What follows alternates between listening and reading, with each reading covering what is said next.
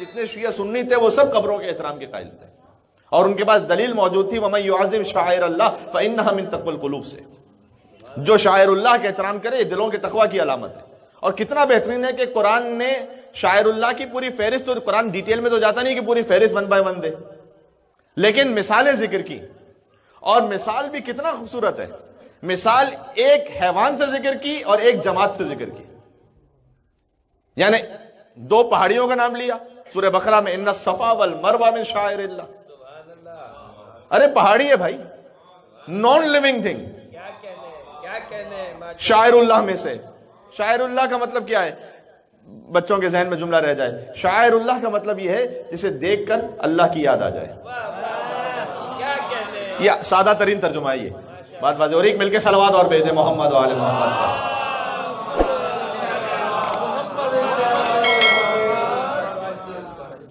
جسے دیکھ کر اللہ کی یاد آ جائے وہ ہے شاعر اللہ۔ فرمایا صفا اور مروہ شاعر اللہ میں سے، وَالْبُدْنَ جَعَلْنَاهَا لَكُمْ مِنْ شَعَائِرِ اللَّهِ، یہ سورہ حج کی آیت ہے۔ وہ قربانی کا جانور کے جو تم لیتے ہو اللہ کی راہ میں قربان کرنے کے لیے، وَالْبُدْنَ جَعَلْنَاهَا، ہم نے قرار دیا ہے اس قربانی کے جانور، یعنی جب ہم سے اللہ بات کر رہا ہو گویا رائل بات ہو رہی ہے، یہاں پر اتنا احترام سے بات ہو رہی ہے۔ کس کے لیے؟ انسان کے لیے نہیں، قربانی کے جانور کے لیے۔ وہ قربانی کا جانور نہیں کہ جو حضرت اسماعیل کے بدلے آ گیا تھا، وہ جو قربانی کا جانور لکم جو تم لیتے ہو، اس کی یاد میں، سبحان اللہ سبحان اللہ، وہ اس کی یاد میں، وہ ایک جانور کی یاد میں جو تم قربانی کرتے ہو۔ وَالْبُدْنَ جَعَلْنَاهَا لَكُمْ مِنْ شَعَائِرِ اللَّهِ، من شاعر اللہ، وہ بھی شاعر اللہ میں سے ہے۔ سبحان اللہ۔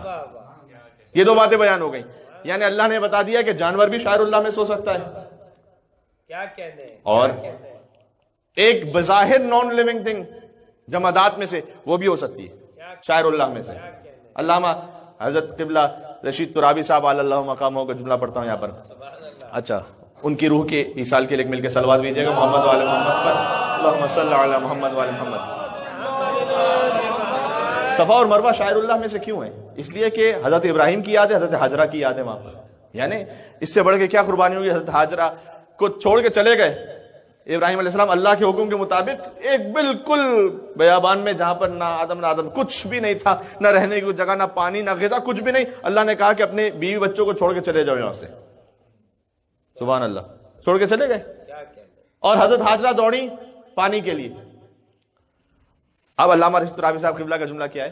کہتے ہیں کہ اگر ایک شخص جسے بیک گراؤنڈ نہ پتا ہو، یہ ان کی ویڈیوز میں آپ کو مل جائے گا جو یوٹیوب پہ اویلیبل ہے نا، تقاریر کی، اس میں اگر بیک گراؤنڈ نہ پتا ہو کسی کو کہ صفا اور مروہ پہ ہوا کیا تھا، اور ویسے ہی کوئی آ کر دیکھے مسلمانوں کو، تو وہ تو دیوانہ اور پاگل کہے گا یہ کیا ہو گیا بھائی، یہاں سے وہاں دوڑ رہے ہیں کچھ، پھر یہاں سے وہاں دوڑ رہے ہیں، یہاں سے وہاں دوڑ رہے ہیں، یہ کیا کام ہے، یہ کیا ہو رہا ہے؟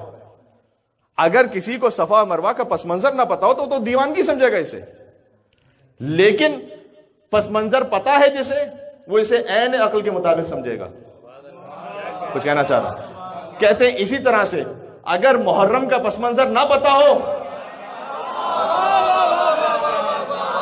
کہنا چاہتا ہوں، بات بات ہو رہی ہے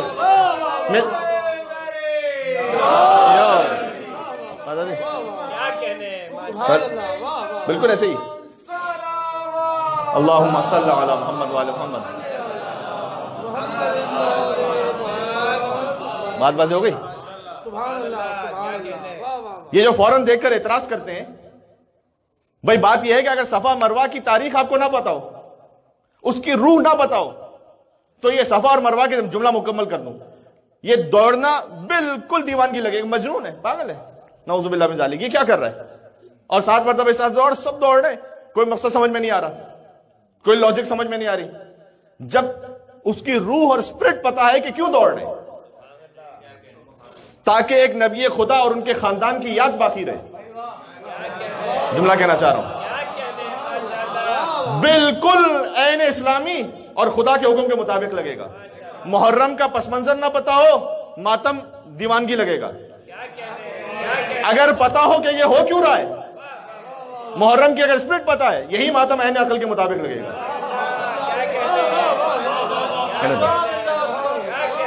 مل کے صلوات بھیجیں محمد و آل محمد پر۔ یہ شاعر اللہ،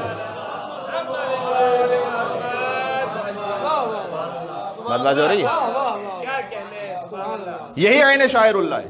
سبحان اللہ، شاعر اللہ کی اللہ نے مثال دی ہے من شعائر اللہ. صفا اور مروہ شاعر اللہ میں سے ہیں، شاعر اللہ میں سے ایک ہیں. اچھا، صفا اور مروہ شاعر اللہ میں سے، اللہ نے کہا اس کی تعظیم کرو، دل کے تقوی کی علامت ہے. جا کر دیکھے گا صراط النجات کتاب میں آیت اللہ خوئی کے استفتاء کی کتاب ہے. یہ چونکہ کچھ اپنے لوگوں کے ذہن میں بھی شبہات کریٹ ہو جاتے ہیں، لہٰذا آیت اللہ خوئی کی کتاب سے جواب دے رہا ہوں کہ ان سے سوال کیا گیا ہے کہ ہم اپنے موقع میں اپنے علاقے میں زری کی شبیہ بناتے ہیں، کہیں یہ بدعت تو نہیں ہے کہ ہم شبیہ بنا رہے ہیں؟ ٹھیک، عجیب جواب دیا انہوں نے. کتاب صراط النجات آیت اللہ خوئی جواب دیتے ہیں کہ نہ صرف یہ کہ بدعت نہیں ہے بلکہ احترام شاعر اللہ میں سے. سبحان اللہ. مل کے صلوات بھیجتے محمد و آل محمد پر، صلی اللہ علیہ محمد و آل محمد.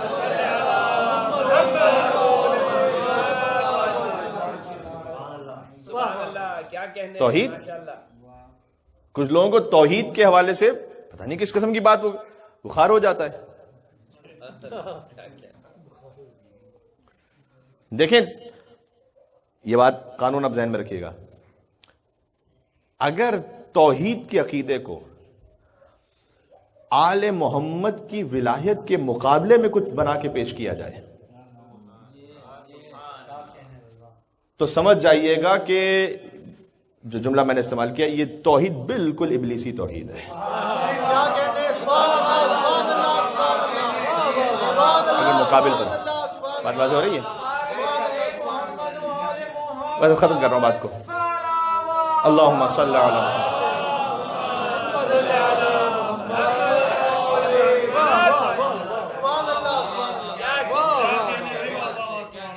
توحید ملے گی آل محمد کے گھر سے،